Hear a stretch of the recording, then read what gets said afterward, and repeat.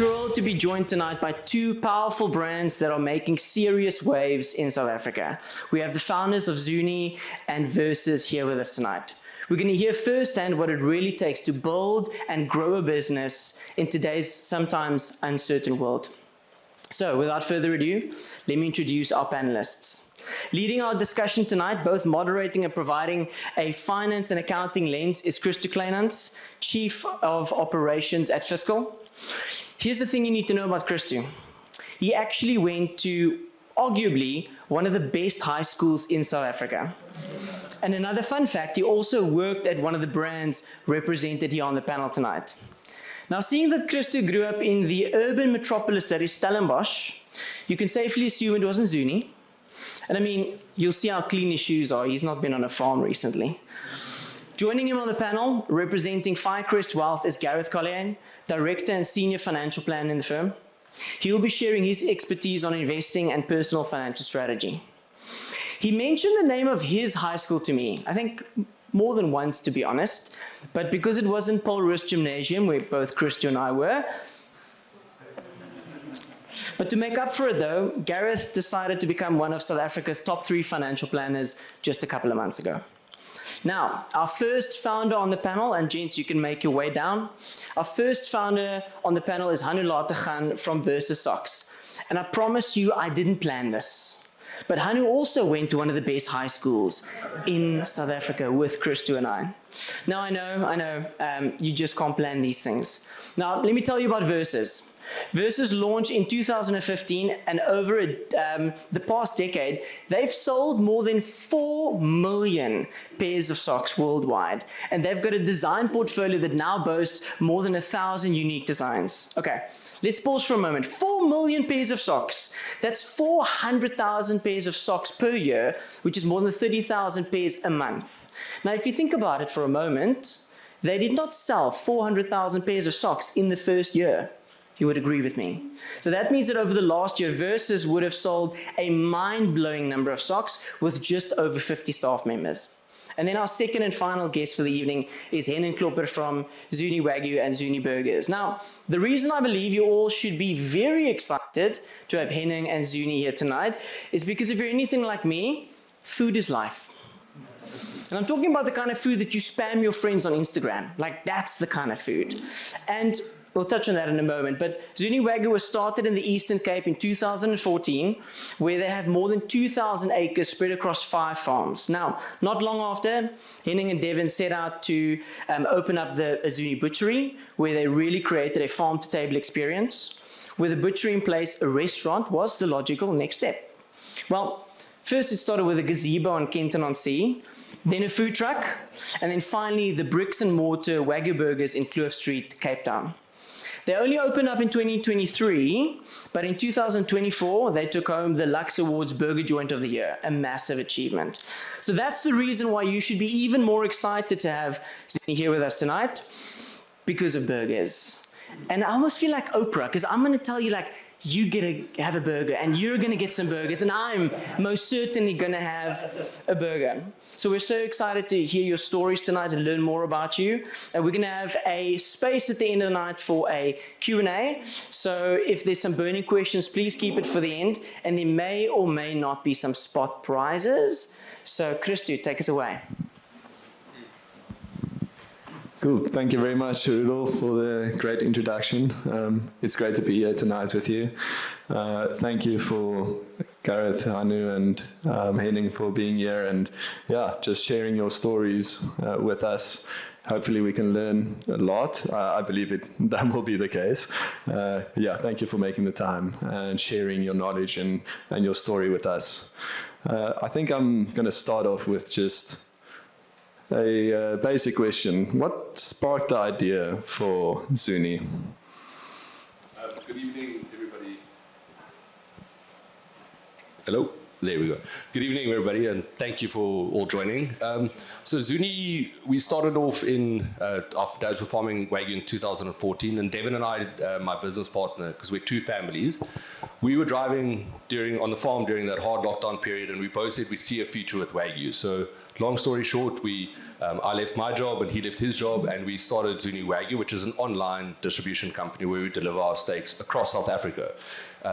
But then what happened is Zuney Burgers, the burgers that we're eating tonight, is actually our secondary business, where we have an oversupply of mince. And we always knew that we need to control the environment to sell the mince and the fat.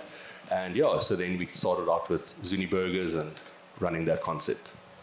Okay, great. Anu, do you want to run us through what sparked the idea for Versus? Oh, hello.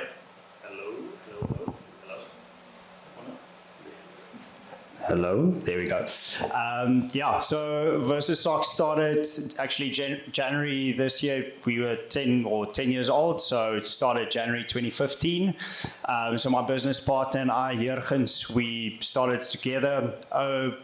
In the beginning, or why we started was we both cyclists, and we started off with seeing a gap in the cycling market, specifically very niche in cycling socks. So the options that were available in the market we didn't like it. It was only a black and white sock.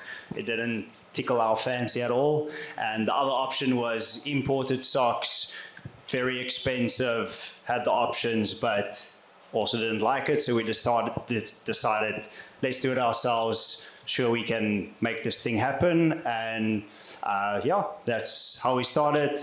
The same gap that we saw in cycling, we saw in running. The same gap that we saw in running, we saw in sports socks overall. And that's how it grew over the years. Okay, great. And can you maybe tell me about the moment that, you start your business, it starts getting a bit of momentum. What was the first thing that happened that made you feel, well, this is real now, we're actually running a business?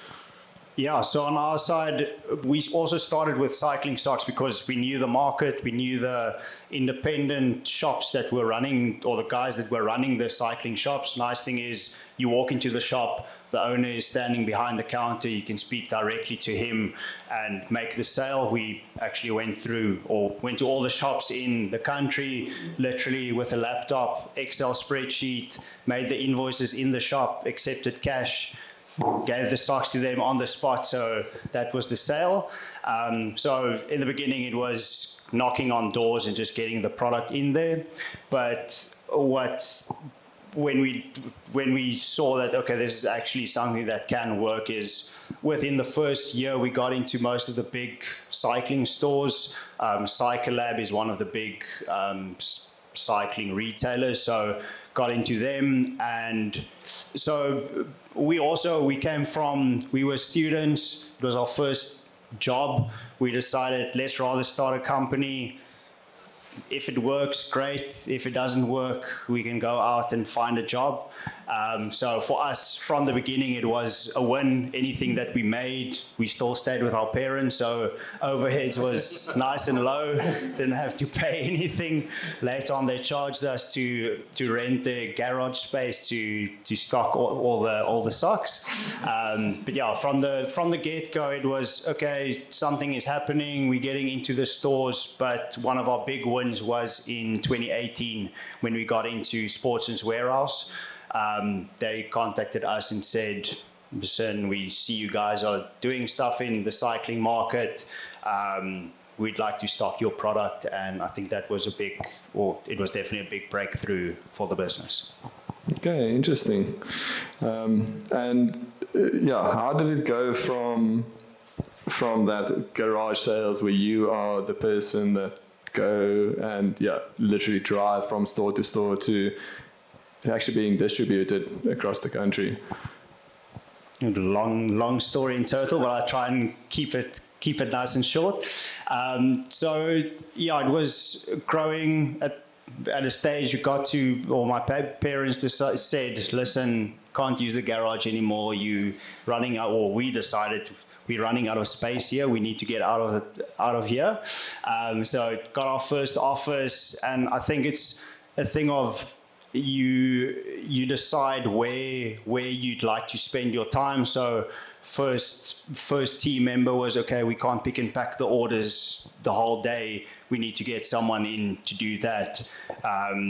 So it grows from there. In one opportunity leads to another. When we got into Sportsman's Warehouse, you get the other retailers to see, okay, Sportsman's Warehouse is selling it. Maybe we should look into it as well.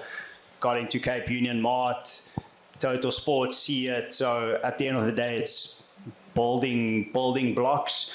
I was telling someone earlier, everyone always asks us, what's that one big breakthrough? What was the viral moment? But at the end of the day, there wasn't any viral moment. It's every day chipping away, putting one block in, maybe taking one block off, adding two more. So it's just that continuous work at the end of the day. And then, you see the overnight success, but still we sit here and it doesn't feel like a success in a sense. It's always, there's more to do, there's more stuff we can do, there's more places to grow into.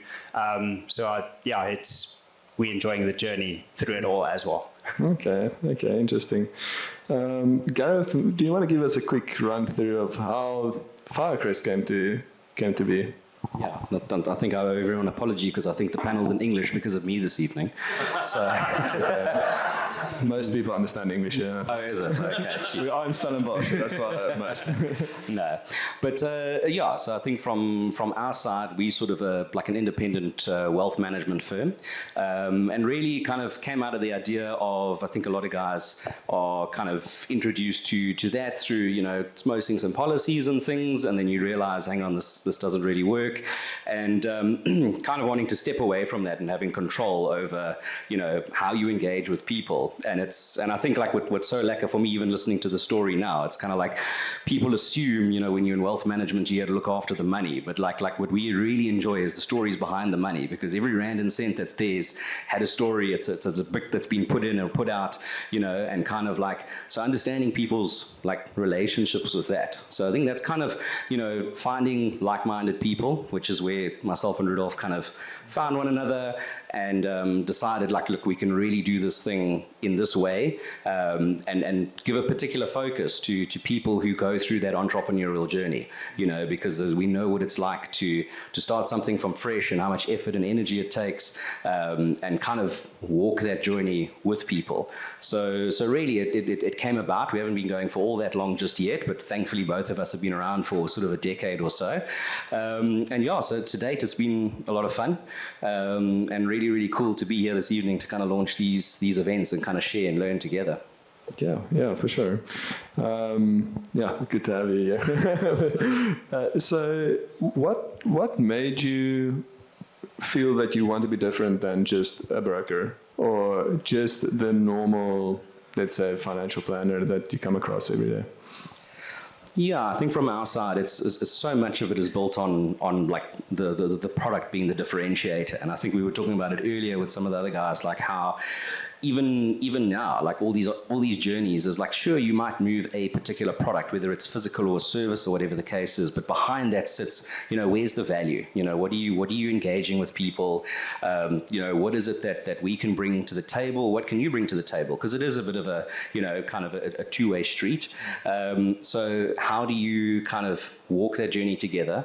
And sometimes you are a cheerleader, sometimes you play devil's advocate, sometimes you've got to do, you've got to wear a couple of different hats, and not being in that environment where sort of you've got this corporate overlord that's looking at sales figures and that sort of thing, to decide that, hang on, if we're going to do things X, Y, and Z way, sure, there might be more or faster ways to make revenue, but, we still want to be able to sleep at night, look in the mirror, you bump into clients, in the shops and that sort of thing and say, how's it? You're not kind of skulking away like I have seen some people do. So yeah, I think that's kind of where that was really born out of. It's just kind of creating an environment where you can have that, and then, hopefully attracting some other team members in time that see that vision. Yeah, that's amazing. Like adding that extra value is, I think, ultimately what it's about, right? Not just selling a product or a service, but the trust and the value that comes with that. Yeah, and that's what I've been seeing in our dealings with you as well. So I have to compliment you on that. Okay, yeah. Now the 50 bucks is in your pocket. Yeah. Henning, tell me. Now you had the idea for Zuney. I mean, I think the next, as you said, the next natural flow was going into the burgers. But how did you fund those first steps? How did you actually get the money for that? Yes, it was definitely a challenge. I was previously at a retail company, so I didn't have any restaurant experience, nor did my business partner. So we always say we've been in two kitchens, the one at home and the one we opened. So we really didn't know much about what we're doing, but I think a lot of that actually helped in our favor because restaurants have a certain way of doing it and we try to break away from the mold. But yeah, for us, it was just about growing the business and taking it slow. But I think it definitely did get real when we realized, okay, cool, it's going to cost, call it 1.2 million to open up a restaurant or a takeaway orientated shop, and how do we get that money? And that was through Fiskal. We got a loan through Creative Growth Capital, and yeah, to be honest, it got quite real that day that loan hit our account. We're like, okay, we need to start paying money back now. Yeah. Okay, great, yeah. And were there any massive mistakes that you made at the start where you felt like, yeah, I could have done something better?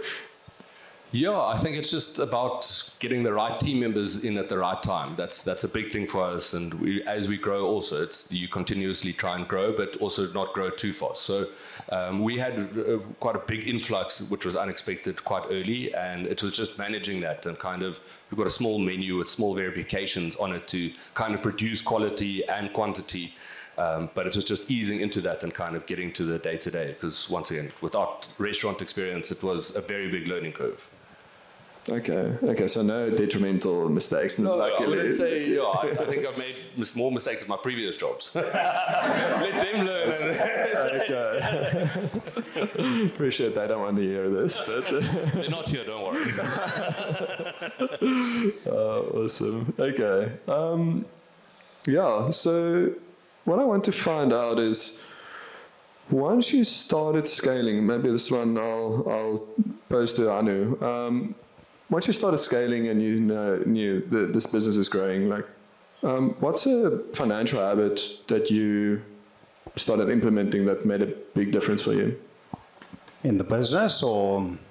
Well, it could be, well, let's start with the business and then, yeah, maybe we can jump into the personal after that. Cool. Yeah, so for us, it's always been a thing of knowing what's going on in our finances. Always, yeah, we big on systems and ensuring we have the right systems to give us the right data as well. So use the zero accounting software and all of that. So spent a lot of time in ensuring that's set up correctly. And I think main thing for us was all the time just making sure we know what's going on in our finances. Yes, your turnover can be whatever it is, but at the end of the day, if your expenses are more than that, business is not going to be sustainable. So for us to just make sure we have the right ratios in place to always grow a sustainable business. As Henning said as well, yes, you can. There are ways and means you can maybe grow it faster. You launch a new product line or you diversify or anything. But our main thing was always, how do we build a sustainable brand? How do we build the brand and we're not just a flash in the pan and we gone in the next month or two. We wanted to build a sustainable brand, grow it long term, and also focus on a main product and keep things simplified. I think same as Henning, quickly people can get all fluffy about business and let's add this, let's add that, and add more, where our main thing was we focus on socks. We want to be world champs in socks, performance socks specifically. There's enough other options in the market when it comes to apparel or anything else where we rather focus on one product, do it the best we can. There's enough feet in the world that we can put socks on, so we focus on that. Okay, great. Henning, you just mentioned that you got that loan, so that money is in the bank. You opened up your restaurant, but how did you? Or were there any habits that you had to focus on to actually manage your cash and manage that investment and the repayments? Yeah, I think it's just always important to manage cash flow and to manage your inventory and your controls. So at the start, it was for me more about user experience and front of house in the sense of giving people the experience. Luckily, often kitchens are behind doors, so you can. It's often chaos, which people don't realize. And so it was just about growing that and managing that. But yeah, it was definitely. Tough. Definitely tough, but it's part of it, and controlling your costs and going into that, because we didn't start off by controlling our costs, and that was something that we implemented 6 months to a year later, and just to see the benefit of that instead of and allowing inventory to tick over and move over, because essentially with food you need first in, first out. So as soon as it comes in, it needs to not stay stagnant, so that you can control that, and that was all part of the learning curve, and that's the finer details, because restaurants don't have large margins, and so every little percentage counts and adds up and builds to your end financials. Okay. I think that's quite a trend that I've seen with many businesses is start out with the user experience, the product, just try and get people through the doors or people to buy a product, and then, yeah, you start realizing that, well, our cash might run out, or we need to get the working capital cycle down so that you have the funds to have a sustainable business ultimately. Yeah. Okay. I think what's important also, and I think for a lot of people in the room, is that point where you get your business, you're a founder, things start working for you, you're getting momentum. It's not just staying in your mother's house and garage, but you actually have a business now, and getting to the point where you just start looking after yourself, right? So what were the first steps in starting to pay yourself a bit of money? Maybe, Henning, you can also answer this there. Yes, I'm going to always be open, I guess. So for the first 2-3 years of Zuney, my business partner and I, we didn't pull a salary and kind of lived off our savings. And that's, at the end of the day, a big part of it. So 3 years in, we've started paying ourselves proper salaries and looking after ourselves. It is, at the end of the day, the longevity of the business is reliant on Devin and I.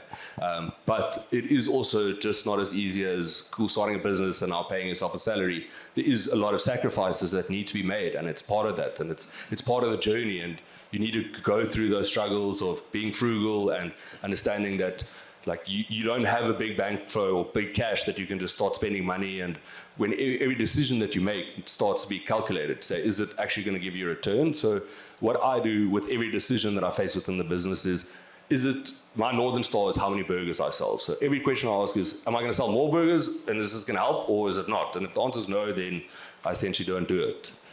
Okay.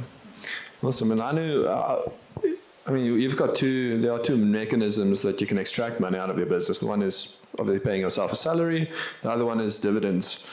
Were those two things that you considered when you started doing that, and what were your considerations between the two?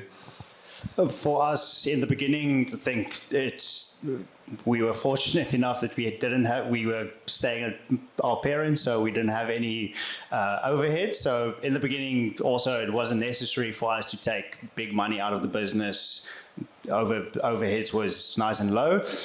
But then when it got to a point of, okay, this is a real business, we're making money, we were always strict in the sense of taking chips off the table, as we call it. It's, at the end of the day, yes, we're building a business, but we can't keep all the cash in the business. As I said earlier, it's all about growing it sustainably, so we always kept that in mind, but to make sure it is within the right ratios of, okay, turnover is X, but we need X amount for advertising and for our own salaries and for the team and all of that. So we were always strict on that, but we were always strict on whether it be salaries or dividends. We prefer taking a month-to-month drawing from the company. We want to make sure that we cover our costs every month. There is enough to put into savings and to build the right habits month to month as well, instead of end of the year, there's a big payout or whatever, and then we have to try and figure out, okay, what do we do with it? But it's just the habits that we formed from the beginning is to make sure we month to month, we prefer to take a drawing. Okay, that makes sense. Yeah, and then you actually right-size the value of the business also. Ultimately, if you're not taking any money, but there's a big profit there, it's actually overstated, because if you had to employ somebody to do your job, you would end up paying them that money. So, okay, that's also a good way to see, like, are you actually making enough money? Yeah. Gareth, I know that a lot of times people come to you, so I'd like you to answer this question, maybe as your interactions with individuals, but also for your business. People come to you and say, well, we've got X, Y, and Z. We're not making as much money yet, but we want to set up a trust and put the business in the trust, and then have the trust be owned by that business again, and then put all of that into another trust. How do you deal with those complex structures for what seems to be tax savings and just that whole process for your business, but also for your clients? Yeah, I think that sounds like your typical government employee, like in terms of that layering. But no, look, I think it's one of those that once you can see the business has got a bit of legs. Obviously, there's the idealistic or sort of mathematical approach around. Sure, if we can put the shares in this structure, we have a trust structure that then owns the business, gives you a hell of a lot of flexibility in terms of your own financial management as well as legacy planning. We'll help with a lot of that. But it's interesting, every story is slightly different. Every business is on a slightly different growth curve, different industries. So our thing is around, not being too prescriptive on what needs to happen. Every business is different, every individual is different, every family is different. So, advice needs to be kind of client-led, not sort of advisor-led. We'll have a lot of insights in that on that. But yeah, we'll kind of tick the boxes. Nobody likes SARS, so we'll make sure they get as little as possible, first and foremost. And then beyond that, like it's finding a balance between tax efficiency, flexibility, liquidity. Sometimes, sure, you might look at it and say, oh, you're sitting on way too much cash on your balance sheet. But if you'd had that conversation in 2019, not knowing that we were going into lockdowns in 2020, sure, you're getting a terrible cash return, but that might have saved your business. So it's really kind of having those kind of real little stress tests, little conversations, and that's why each one, it's like a real journey. It's not just kind of like, oh, we've got this catalog of products and what do we jump into now? Yeah, I think that's so true. And even if you look at an industry like the medical industry, a surgeon needs a trust, right? But it doesn't matter who they are, because they need to protect their assets. So maybe the conversation would be different for them versus maybe a startup that's not really making money. Yeah, exactly. And I think it also we're going to ask you sort of like, what is your business goal? Is it going to be a legacy thing that you see your kids getting involved in, that you want to hand down one day? Is it something that you're very deliberately kind of positioning to exit and to sell? That's also going to sort of guide somewhat the decisions that we make, in terms of shareholding as well as extracting cash from the business. Again, it's very different. It's very difficult to say, look, these are the guidelines. These are kind of some of the techniques and the tools that we can use, but a lot of it's going to be the individual requirements, needs, expectations. Yeah, that makes sense. I think the other side of that is I've seen and interacted with business owners where I think they spend more time trying to save money through tax efficiencies, starting a shell company in Mauritius and this and that, than actually spending time on making money in their business. So I suppose there's also a way up there. I think sometimes there's a very quick crossover where it's like you spend so much time and money to save tax and estate duty that you just eat it up in fees and costs. Yeah, exactly. To run those structures. Yeah, for sure, because there are fees around to do that. When you saw Zuney started scaling, did you have any personal wealth goals when that started? So as we started growing and scaling, it was kind of now, I actually got engaged, Mika's sitting over there, so that was a big thing. To start saving up and kind of becoming a family man. And luckily my business partner and I are on the same wavelength, and that really does help to have a person that you're working with, similar place in our lives. He's getting married 5 months after me, and we both said, okay, cool, we now need to start not only looking after ourselves or the business, and it's further than us, and it's looking after them and our future kids. We really did try and push to start looking more, what is our financial wealth, where are we, how are we going to grow this? It's all happened in the last year or so. It's been a long ride and tough ride to get there, but it's now slowly getting a place where we start putting more money away for future plans. Okay, and how did you go about deciding the mechanisms to do that? So how you will save or where you will put your money? How did those decisions work for you? So obviously tax-free savings is a early and easy start for everybody, but it was just about going around to the right people and asking the right questions and understanding what their intentions are, because I think often in an investor relationship there's two plans or two ideas, and you always need to look after yourself. So it was a long process going through everybody and understanding who, what, when, where, and from there it was just about actually putting the money away, but also before it actually even at the start of the month, as soon as you pay yourself, make those debit orders, not even go into your account, and just setting that up, not thinking about it, and moving on with your life. Okay, yeah, that makes sense. Anne, and from your side? Yeah, same as Henning. First of all, also the making sure as soon as that money lands, make sure it goes into a savings. I think also the main thing is to understand that your business will always be the main money driver, or will bring in the most money. Yes, there are options to grow it faster in investments or anything, but the main thing is to get that relationship of I'm saving money month to month, it's going somewhere. Yes, it's growing. It won't grow as fast as the business, but you can also not keep all the money in the business. So once again, it comes down to habit, making sure before you spend the money, put it in a saving, put it away. And also just for us, it's the same thing as Henning said. Married, I don't have kids yet, but it is a thing of planning for the future and making sure we also extracting from the business, as I said earlier, with taking chips off the table in growing the business. Okay. And how did you get to a place where, well, maybe the question is, did you get to a place where you started maximizing the mechanisms within the company that you can use to almost take some money out? I mean, I saw the Great versus double cab outside here.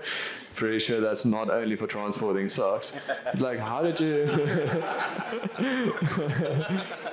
Primarily, it is. At the end of the day, you need good branding on a good car. So you agree 100%. Exactly. Yeah. So there's probably some Toyota owners in here that don't agree with the good car piece, but yes. But how did you do transactions like that through the business to try and save, to optimize for that, and almost try and make it easier on the salary bill? So I mean, your normal benefits, car benefit, cell phones, all those kind of things. Yeah. It was bought through the business. My mom is our bookkeeper. So she's very strict on making sure we keep the logbook and we submit everything. It's a pain in the to do it at the end of the day, but we've got our processes in place to make sure we do the logbook and keep track of it. So obviously it's a double cab, so it's not a single cab. You can't claim the VAT back and all of the extras. But yeah, it was through the business, and stuff you can put through the business. Yes, do it. But I've also heard stories of guys that take that thing and go way too far with it and try and justify why they bought something. And at the end of the day, once again, sustainable business. It doesn't sound like a sustainable business if you run your household through the company. So, yeah. Okay, yeah, that's a good habit to have, not to link your personal card to the business. Yeah. That's definitely a pain for accountants, so please don't do that. But to be honest, because at the start, David and I also we put everything to the business, and Jaco from Fiskal was like, okay, guys, you need to start checking it, because rightly, as you said, also, like at the end of the day, your books aren't right. And the big thing is you need to make your books presentable and right and accurate. So what if I leave, then it doesn't help we now suddenly need to pay person a substantial salary and things like that. So at least you plan for that beforehand and know what you're getting yourself into, because you obviously want exactly accurate books. Yeah, for sure. So to make better decisions, right? That's ultimately why, I mean, there are some compliance reasons why accounts are kept up to date, but ultimately you want to use that to make sound business decisions. Otherwise, it's actually just a tick box exercise that you can just do and forget about. Gareth, as a founder, like, how do you manage the stress that comes with, growing a business and starting something? I've got a toddler at home, so the stress of the business feels a little bit less than that. So comparatively, no, look, I think it's very different when you're all on your own versus when you've kind of got a group of people that are there backing you. You're going to have your up and your down days. Days you wake up, you think, what the hell am I doing? Other days you're like so amped and so kind of energized to have made this leap. So yeah, I think just not being a sort of closed box, make sure you're kind of sharing ideas. I think don't get chained to your desk. Probably you guys experience that as well. You got to get out there and hustle and see people and have energy. And, we're human beings. We like being social. So, just kind of not, I don't think go into that dark hole, stay out of there. And yeah, I think it's kind of like just being, balancing the practical needs, like obviously financial services, love compliance, we hate it, it's boring, but you got to do it.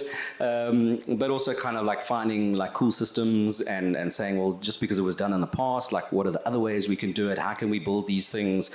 I think when you're a founder, you can kind of say, but we don't have a set direction. We can kind of, there's a lot of different ways we could possibly try and service people, different types of people, different communities. We very, very like passionate as well about kind of financial education. So a lot of the time I think people get, tied up in those pyramid schemes and that sort of thing, just because there's a basic, I mean, with even our basic education placed no emphasis on basic financial literacy. We kind of expect it to turn 18 and automatically know about it.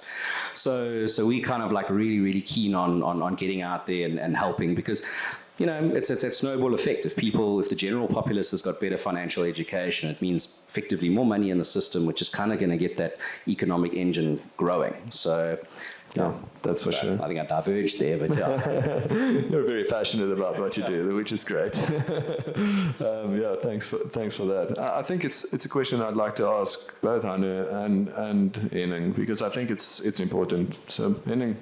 To be honest, and I'm not saying this because he sits next to me, I put on Versa socks and go for a run. That's how I manage my stress. That's just getting out and exercising, and just getting away, just to allow your mind to, even in the shower, to just wonder and think about ideas. Because often when you've got a challenge, entrepreneurship is about how do you face challenges, because you're going to get a lot of them, and there's no left or right, whatever business you do, and it's about how you face and challenge them. And sometimes just stepping out of the situation and going for a run or something like that de-stresses you and just gives you a different perspective on that same thing. I mean, sometimes in the day I change my mind twice, just after a run, because I actually have thought something through, and those endorphins and dopamines going through the body, it always helps. Okay, great. Nani? For me, it's going out on a run and testing versus socks. Yeah, with us being in the sport market, it's part of who we are. We running, cycling, so definitely for us a de-stress way is to go out, exactly as Henning said, that get the blood flowing and your mind just thinks clearer. At the end of the day, the the worst things that have ever happened in the business was in my mind. It's your mind overthinks stuff, and then at the end of the day, you figure out, okay, it wasn't as bad. You make a plan, challenges come up, but you make a plan, you go through it, and then it was definitely not as bad as it was in your mind. So for me, it also took a few years for me to get to that point, but I am there now where up for the challenge, but not overthinking. We can't control everything in the business. If something needs to happen, we control the controllables, but we can't control everything, and we deal with the challenges when it lands on our table. And enjoy the challenges at the end of the day as well. Keeps things fresh and exciting. Nice. And I mean, you started this with Jurgen's Ice. What is his influence on managing stress also? Like, how does he help you or maybe contribute to your stress? So how do you work together to help mitigate that? No, so business partner-wise, we definitely intact and we have the same mindset. I think most important part there is that we have the same vision for the business. We're striving towards the same thing. It's not that one wants to have a nice chilled, we just a Stellenbosch brand, and the other one wants to be a global brand. We both on the same mindset with that. Jurgens is also big into exercise, so we also push each other. He's definitely much better than me in anything running, cycling related. I'll never get to his point. He was a professional cyclist, so I won't compete. But it's just the thing of setting goals and pushing each other, and it's about building it together at the end of the day. And it's also a thing of strength and weaknesses. We fill my strengths might be his weaknesses, his strengths is my weaknesses. So I think that partnership just works really well in our business. Awesome. Ian, I'd like to ask you the same question. So for me, it's about having a soundboard. So I run and manage day-to-day of Zuney Burgers, and he run and manages day-to-day of Zuney Wagyu. At the end of the day, he's on the farm, he understands what's going on there. I'm in Cape Town, I'm in the shop, I know what's going on there. But it's just getting that perspective of somebody else and understanding, almost an outside perspective, but out of everybody, your business partner knows everything about you and the business.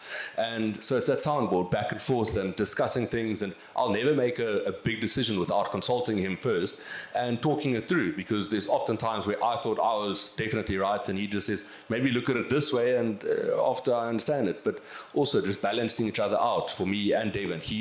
I'm a bit more of the dreamer, he's more of the strict, this is the way it should be done, and I that day-to-day implementation of running teams is sometimes a bit difficult for me, where I just daydream and think about, cool, where are we going to open our new burger shop and this and that. So, and where are you? wait and see. Okay, so I think you're all at the stage where you've settled your business, and I think it's part of the next step of the business is trying to look at what's coming in the future. So I think to make it a bit more personal, I'd like to just hear what personal wealth means to each of you. Gareth, maybe you can start. Yeah, I think it's, for me, wealth is time. Sort of like making sure at the end of the day, we'd like to kind of build up these like a bank balances and that, but it always reminds me sort of like the Egyptians already tried that, didn't really work. They eventually got robbed. So, so for me, it's kind of like, I think like time to do the stuff that you really enjoy. And like, I very thankfully enjoy the work that I do, the people that I work with, like my family, their time, friends, and that sort of thing. I got to work on my health a little bit, so but other than that, exercise. Kind of, you heard these guys. It's going to help with your stress. They don't have kids like that. So we'll get back there. Okay, great. Yeah, that makes a lot of sense. Anu? Yeah, for me, very much the same. We love the business. We love spending time in the business, but we also wary if we work 24/7, we're not going to be our best. So to go out for a run, to cycle, hustle culture is real. It's all over Instagram, and people say work more, work more, work more. But we believe in, when we get to work, we want to give it our all. We want to be the best. We want to have a fresh mind that when we're in meetings, we can give our best. So overall, with wealth, it's enjoying what we're doing. We want to grow the business. It is an important part for us. It's what we measure. We measure the growth of the business to success as well. So it's doing stuff that we like. It's growing not just in the business, but personally as well, and building on the dream. Cool, thanks. For me, wealth starts at building lifestyle design into your own business, because it can be stressful, and you need to, whoever you are, you need to be at all times. So, for example, Devin and I like hunting, so we go on hunting trips, and luckily we've got a deboning facility where we actually process venison meat and sell it online. So kind of we started that just to actually be able to go hunting and make it a business expense, if I could put it like that. But yeah, I guess it's also about having financial freedom and living my life the way that I don't want in my future me or my kids or my wife to make certain decisions because of our financial situation. It's easier said than done, and it is a process, but essentially that's where we want to get. I think Mika's answer would be to buy a Louis Vuitton handbag, but... Okay. Well, and I suppose it's also about building sustainable wealth, right? Exactly. So not just having it now, but being able to generate the wealth over and over again, and also store it. Exactly. So money and vitality. And for your kids, that's the most important. Okay. Yeah, so it's interesting that you mentioned financial freedom. I think that's possibly a big driver for most of us here. So are there any steps that you have taken, or any specific tips that you have to ensure that financial freedom is something that you can keep on having, if you have it? It's a process. So, it's slowly but surely getting there, as we said earlier, chipping away every month so that you don't worry about that in the long term. It's always proportionate to your salary, I guess. So you need to save, but you also need to be realistic about your salary and where you are. And as you grow and as the business grows, obviously pay yourself slightly more as the business can afford, and then put away. So work in certain ratios. And so that financial freedom is just about living the life and having the people around me living the life that they want to, and supporting them. Anna, is there something you'd like to add to that? Yeah, also exactly the same thing with that ratios. We know the more we can grow the business, the more our personal wealth can grow, the more we can save, the more we can have nicer stuff in life. But also we know we're putting away the savings and building on the financial freedom at the end of the day. Cool. And Gareth, your side? Yeah, I think like we obviously deal with this day to day. That's our role. That's what I want to hear about. Yeah, no, I think it's kind of like our roles there to kind of find that pathway. I often joke and say, like, I feel like I'm in such a privileged role because, a lot of people will do one line of work, whether you're an employee or a founder or something like that, where I get to kind of see behind the scenes of all sorts of businesses, and like learn from clients as well, decisions they've made, and then kind of cross-pollinate that information like with other people we deal with. So, I think financial freedom is relative. I prefer the term. I think retirement is so defunct nowadays. I think the world has moved past that sort of stale concept.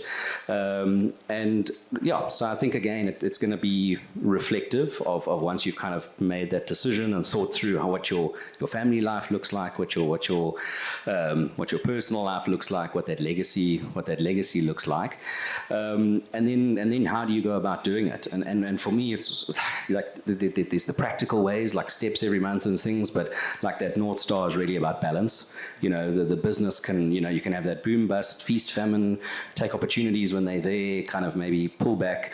Honey, you made the perfect point earlier. I often say to people, look, there's no way, there's nothing I can invest on short of a pyramid scheme that's going to possibly outperform your own business, But the difference is, when we start looking at it slightly differently, we say, okay, but what's your return on your time?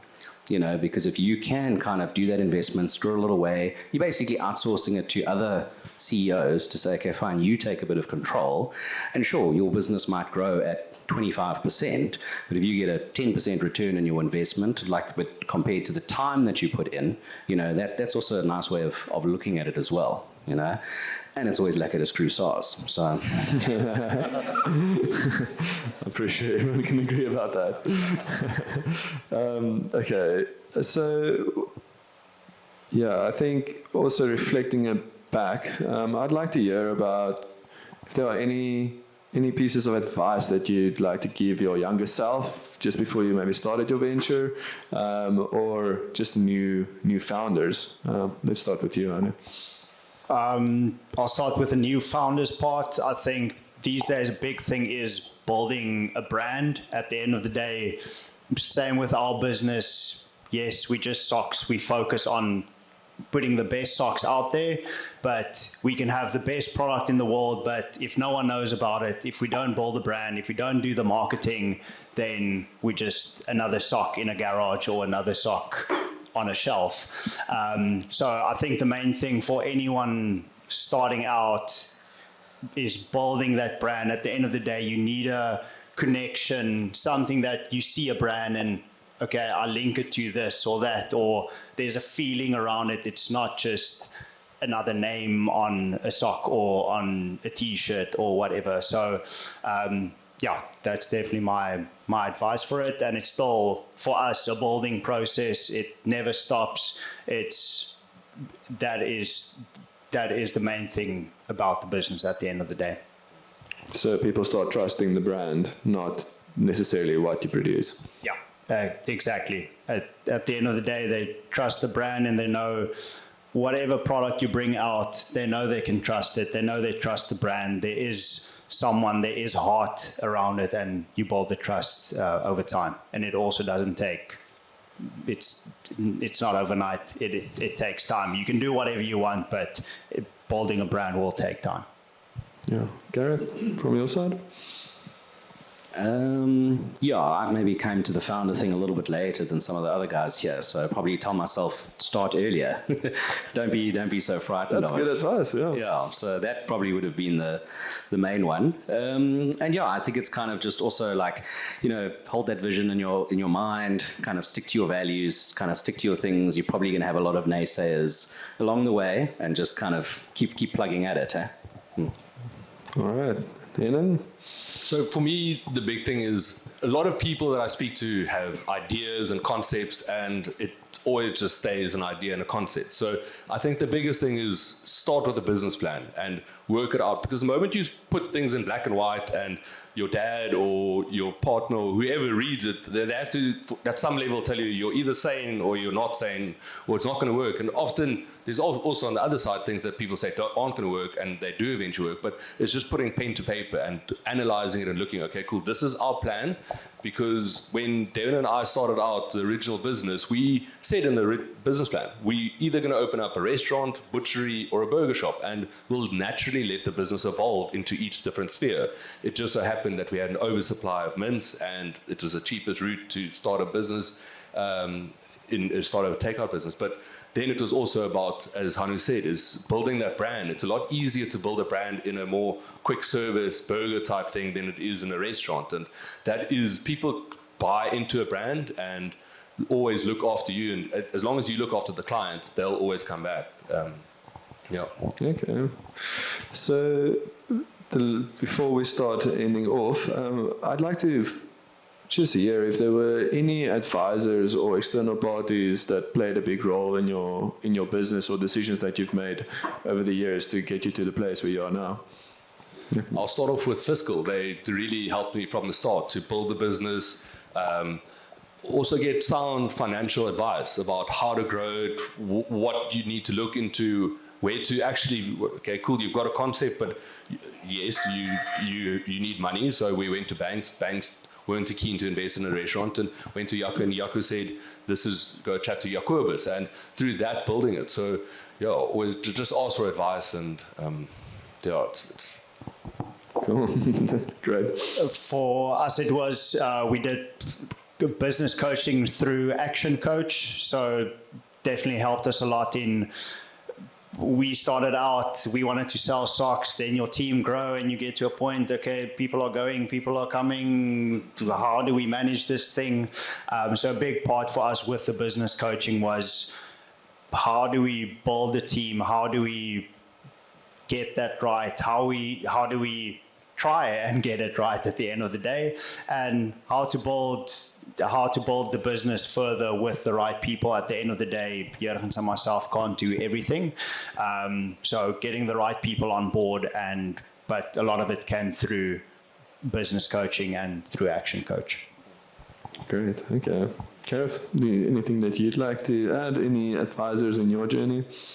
Yeah, I think we've been fortunate in that kind of obviously starting the practice a little bit later. But, what's been so interesting is going to other so-called competitors, other practices and advisors, and everybody just being so open and willing to share and to say, oh, we tried this, didn't really work, or avoid that, or, and then there's people phoning, checking in on you, kind of following up how you guys going.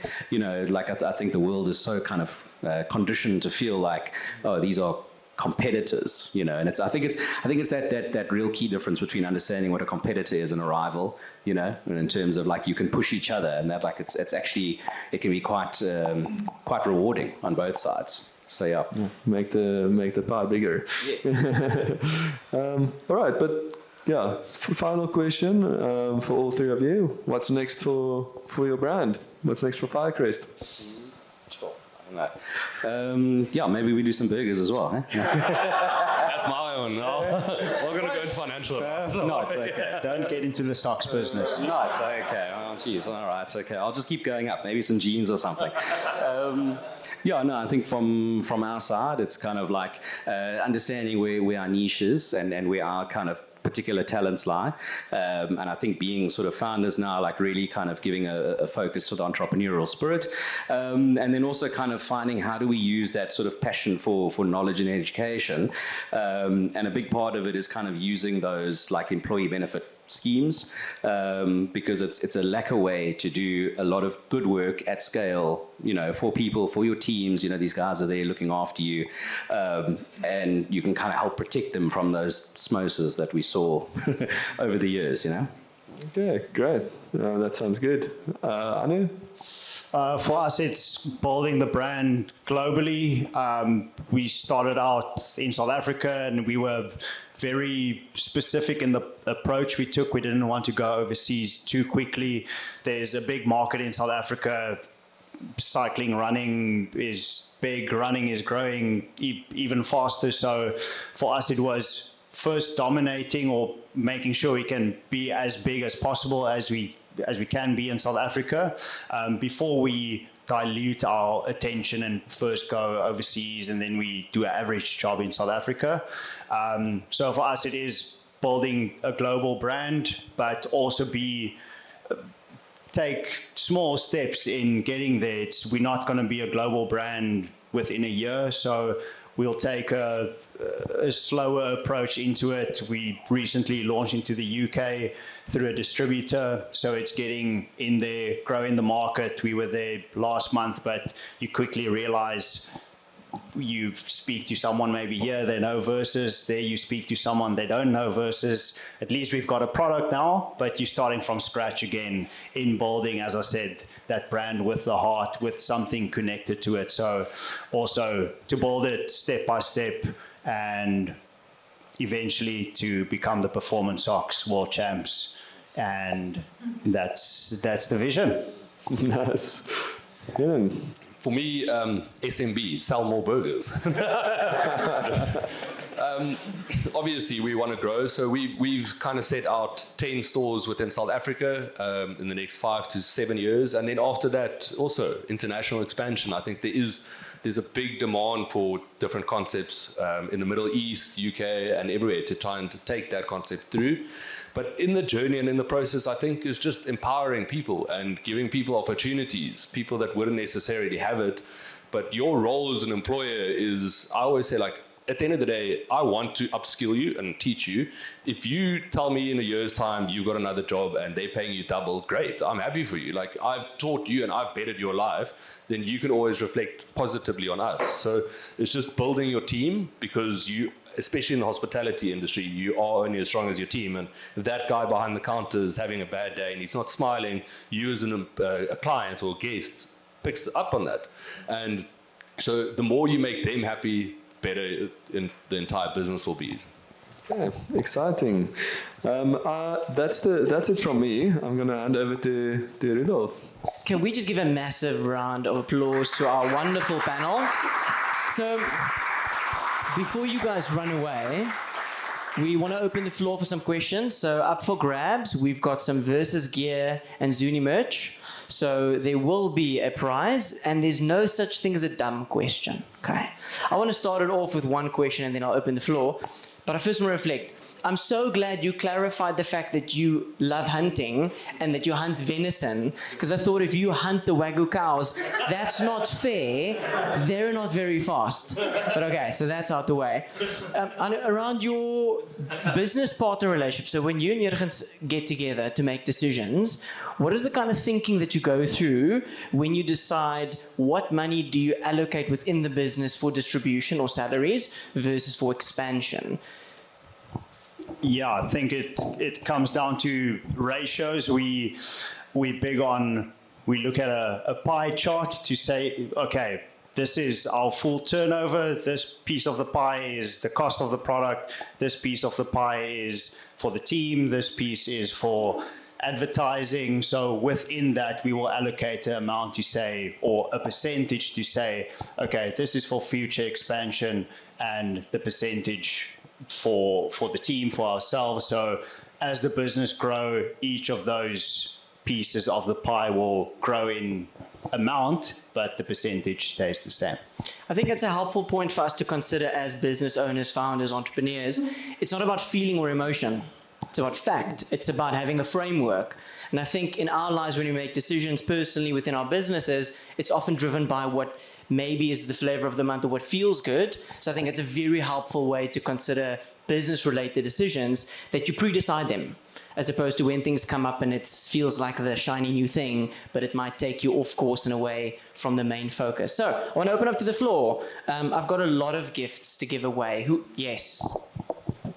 Awesome. Thanks, guys, for sharing your stories with us. I wanted to talk about growth, because growth is kind of like a double-edged sword, in a sense. I can imagine that when a business starts to grow too fast, you can be cannibalized by your own growth. You try to push yourself down places you aren't ready to go yet at the wrong time.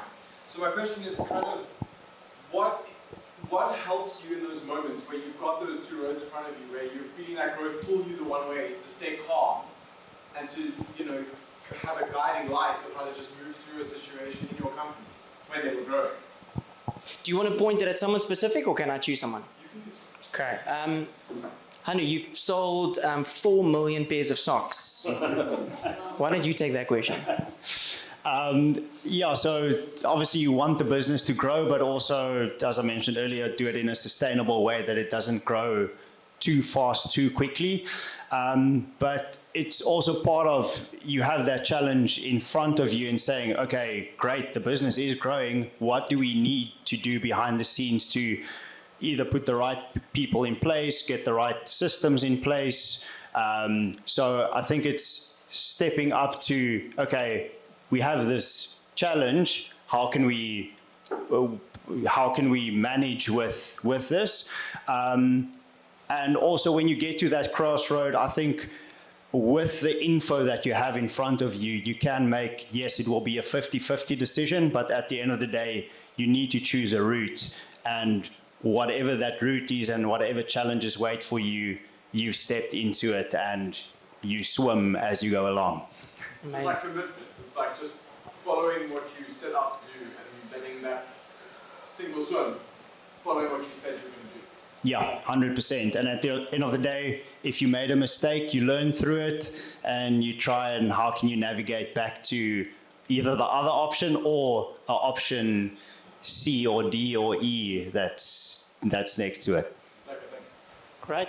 Next question. Yes, over there. Gareth, Firecrest, your product is much more personal than the two on my right. I mean, it's much easier to convince someone to buy a pair of socks or to buy a burger than to change your financial plan. How do you guys go about marketing and finding the correct client and convincing them to come over to you? What's your approach there? So I think at the moment we sort of like leveraging off using a lot of like content. So I do a lot of writing, Rudolph does a lot of videos and that, and I think what it hopefully does is give people a bit of a window into understanding us a little bit better, kind of our philosophy on how we approach money, looking after it, etc., etc. So say it's not product driven. We know that it's a long game because we can't easily scale up to like 4 million socks. We can't go to like 20,000 clients and that sort of thing. It's a very personal relationship. So yeah, I think it's kind of like we're fortunate in that we have kind of networks that are there in the past. And I think, quite frankly, it's putting ourselves in front of people like yourselves this evening, like sort of like, this is who we are, this is our belief system, this is our value system, this is how we approach it, and kind of see if that resonates with you. As I said, like a relationship with a client is a two-way street. And we've in the past would have fired clients if the kind of thing's not really working. And vice versa, we kind of constantly questioning ourselves, are we bringing value? Are we bringing value?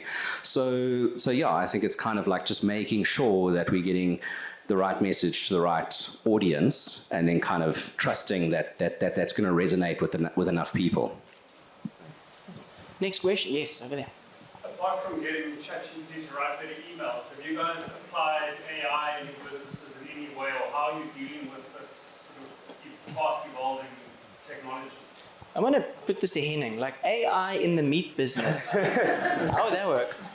To be honest, I use it as a kind of also as my business partner, a bit of a sounding board. So I was on a podcast a couple of weeks ago, and to make our chips, we buy potatoes direct from the farmer and then parboil them, first fry it in Wagyu fat, and then freeze it so that it's ready on order. And just going through that process, because potatoes, there's about 18 different cultivars of potatoes. Okay, now it doesn't seem like it, but you need low water and high starch. So if it rains, for example, on the West Coast when they're plucking those potatoes, that has more moisture. So it goes about the moisture level. So ChatGPT and I have gone through quite a bit of back and forth about what is the correct moisture level, and then actually testing that. And that's something that I always thought freshest potatoes is better, and it actually taught me, no, you need to wait and hold on to those. So systems-wise, no, but soundboard, chat to it, and just get a better understanding. I mean, I ask quite a lot of in-depth questions. McDonald's has a McDonald's University, and I listened to a podcast just the other day with Greg Solomon on it, the CEO of McDonald's, and they've got a McDonald's University, and I literally got all of the modules off of ChatGPT, just asking them, I want those modules so that I can better understand that and apply that into my own business. Great. Question on the side there. Eeretjie vir Anu, ietsie meer op die ligte kant. So, gonna take us back to COVID-21 when we were stuck in our house, and you guys have a brand that's quite difficult not to sell when you can't get out of the house. And you had this initiative of doing a virtual run with Strava, collaborating with big brands such as Garmin. So I would just like to hear that story, because for myself it was amazing, like being still active in your back garden. We had a tiny hickey, we closed for 10 years, and we opened it to actually like just complete the loop. So that virtual run, I think, was a great marketing tool in a time where your business was under pressure, and you used that as quite an opportunity. So care to give us just this background story of how did you actually create this? Cool. Can I tell my story of my route first? Also through the garage, came around, and then the garage door at the back has one of those closing things where it just closes by itself. So I had to put the broom next to it to keep it open. So every loop I had to jump over the broom and go around to do my 5Ks for the virtual run. But yeah, exactly that. So it was March 2020. We did back, or still now, but back then, expos at the big events was quite a big thing for us. So Cape Town Cycle Tour still happened in March, but then Two Oceans didn't happen in April. Comrades Expo got cancelled, so all the events got cancelled. So Jurgens and myself sat together and we said, okay, listen, all these events are being cancelled. Ourselves, we still want a challenge. We need to put something, or what do we do? And it's a big part that we enjoy about the business, in thinking of creative ways, and we can create challenges. How can we challenge people to get out and exercise more? And there was a friend that he was cycling with us. He knew all the back-end API integrations with Strava and how we can extract that data and build a leaderboard. So we called him and we said, listen, Hendrik is his name. We said, Hendrik, we want to build this virtual run thing. Is it possible for you to pull the data from Strava and build a leaderboard? And he said, yes, he's up for the challenge. When can we chat? So that's how it started. And we did the first one. I think we got 17,000 entrants for it. Did another one 2 months after that. I think got 18 or 19,000 entries. So definitely, if you speak to a lot of people and they ask where did they come to hear of the Versus brand, it was through the virtual runs. And I think COVID overall just boosted the running scene. So overall for us, that helped the business a lot. Yes, we're very different people. You wanted to run in lockdown. I just enjoyed Simonsig Wines in lockdown. So you obviously, I'm going to ask a question, but I won't take any merch, so I'll leave it for someone else. But you're very good with strategic brand partnerships. How do you, so you did one right at the outset with Garmin and Strava, which was amazing. And then recently, as I was looking up everybody's bios, I saw that you had a collaboration with Freedom of Movement. So how do you choose your partners and how would you approach them? Because I think there's a lot of founders in the room and business owners that could benefit from strategic partnerships, could benefit from collaboration. What is sort of your thinking process, Junior, around like who would we target? Is it, because you mentioned you make socks for everybody with feet, but that's probably not the case with any brand would be a good brand to partner with. Yeah, so first of all, I think it's important to build your own brand first. A lot of these big brands are also picky on who they work with. So it is important to build your brand, even though we're much smaller than a Garmin or Reebok or anyone else or JBL that we've collaborated with. But we've also seen with these big brands, it is corporate, they move slow, it's difficult for them to make decisions, where from our side, we want to make it as easy as possible for them to make that decision. So we go through, this is the whole idea, this is what we're doing, this is where we see you within this plan. All you have to give is this, this, and this. And at the end of the day, then they have a presentation they can take to their boss to say, listen, we have these guys, they want to do an event, we must give 5 watches, or we must give 10 speakers or whatever. And for them, it's a much easier decision than for us going to them and saying, we want Garmin to partner with our event. Then they don't know what they must do, what they must give. So it's just making it as easy and as clear as possible to them. Amazing. Next question. Yeah, question on side. I just have a question. When you initially start your business or have the concept or idea, how do you stop like big players in the industry from taking your idea or taking the concept and hijacking it and protecting your idea and starting the business without getting completely wiped off the map by big players in the game? So, I want you to do that because there's a lot of restaurants in Cape Town. Selling smash burgers. Selling smash burgers, selling burgers even though they're like a Greek joint and they still do burgers. Like, how are you keeping that competitive edge to not be like swallowed up by the businesses? So at the end of the day, I think you always need to realize that whatever concept you have, people are going to copy it. So I was previously head of sales and operations at Freedom of Movement, and that was the first place that I actually saw it. And you get irritated by it, but then at some point you start taking it as a compliment because people are following you.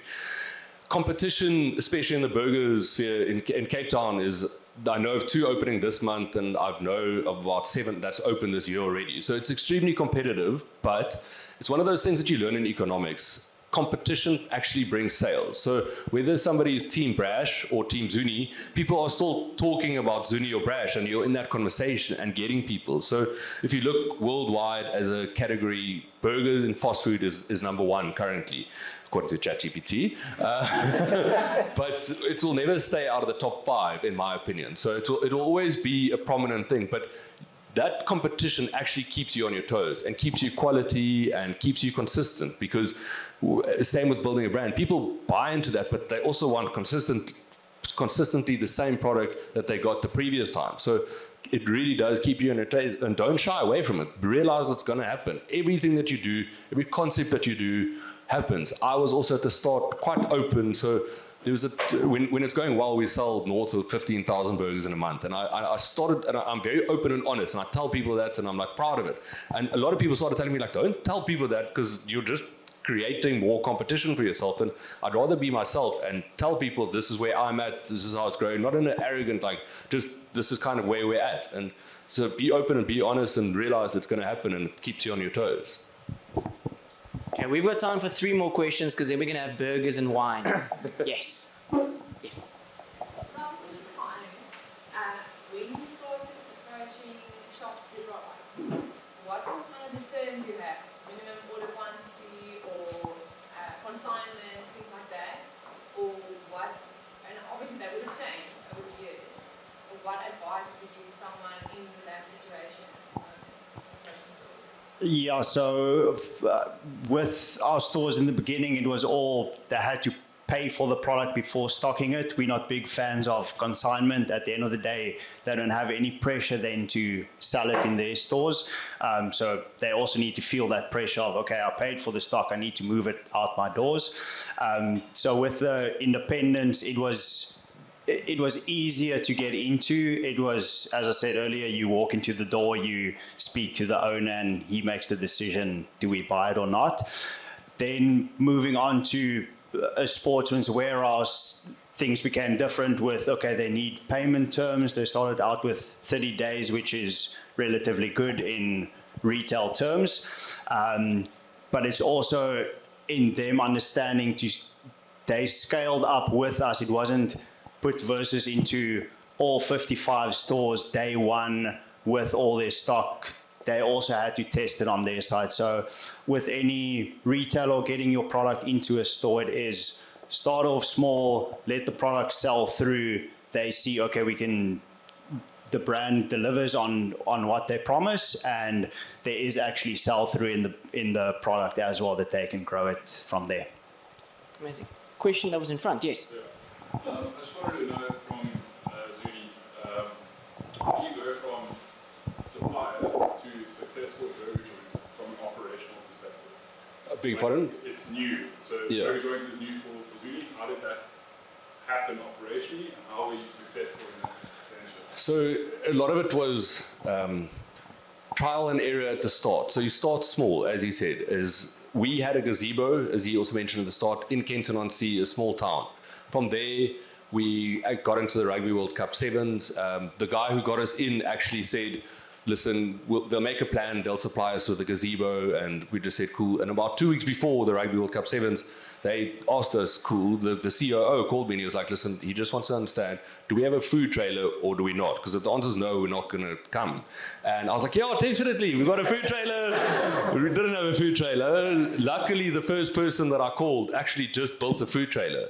And it was about building that. And then from there, we actually, after that, we used to put lettuce on our burgers. And they told us at the Sevens, we'll sell about 3,000 burgers. So we bought lettuce for 3,000 burgers. We ended up selling 600 burgers. So we also don't put lettuce on our burgers now, because to keep lettuce in such a big volume in your fridge is a lot. And yes, if you want to do it for the crunchiness of, then you need crunchita lettuce, where in Graafry net, they know iceberg lettuce. That's, what do you mean large lettuce? It's not quite, it's crunchita.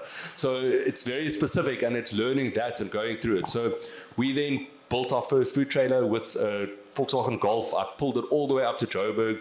It took me 36 hours to drive it up, did an event, sold about 1,500 burgers. Next day, drove back down, and then we did the 7th circuit. And so just slowly going through that, but we got direct feedback in the process from people. This is what we would change. And then once the burger concept and the restaurant, we got the location and we realized the brick and mortar is actually going to happen, is we went to a network of about 20 chefs that buy our Wagyu steaks and went to them and made the burger. And it's very interesting, out of the 2018 said, your burger's fine. Chef Ollie and a guy called Chef Matt van der Berg from Mercia, they were the two that actually helped us, because tomato sauce disguises the flavor of meat where mustard brings it out. So they just basically told us to switch those ratios, and it goes about just asking for that help. It's just going to them, making a burger, testing it, and then from there growing it. So yeah, that answers it. Wonderful. One last question. Yes. I have a question, scaling up versus Wagyu. You mentioned that you decided, you and your partner, that you want to dominate the local market, and then if that's successful, take it internationally. But do you also consider, like, kind of rather dominating the local market and then expanding versus into more channels and like branch out into running more merchandise and more cycling merchandise and keep it local and grow in that sense? And what were like the pros and cons that you considered for the two? Yeah, we spent many hours in the boardroom discussing exactly that. Do we stick to socks, or do we add other products? Do we add shirts, apparel, everything else? At the moment we do socks, caps is a new one, and we're launching a small range in apparel, but literally the caps and the apparel is a very small part. We just needed to complete our outfits. Your own outfits. Exactly. We just made the decision. It's either we go full on with socks. That's our main thing we focus on. That's the main product we focus on, and we take it global. Or just with the apparel thing, is we're gonna be a small fish in a very large pond, and you competing against big guys. Yes, we can take them on, but we rather focus on, we want to be the best with socks. It's a product we know, it's margins we know, it's sizing we know, it's 2 sizes, not 7 sizes. So yeah, for us, we made the decision. We went through all the discussions on which way to go, but our North Star, our focus, our vision is all in socks and focusing on that. Wonderful. Can we just give another round of applause to our wonderful panel? There was a couple of things that were said tonight that I think really ties together the whole purpose of Wealth Lab and why we want to do more of this. I think, Gareth, both you and Henning, you mentioned it, that it's rivalry, not competition. So that's one thing.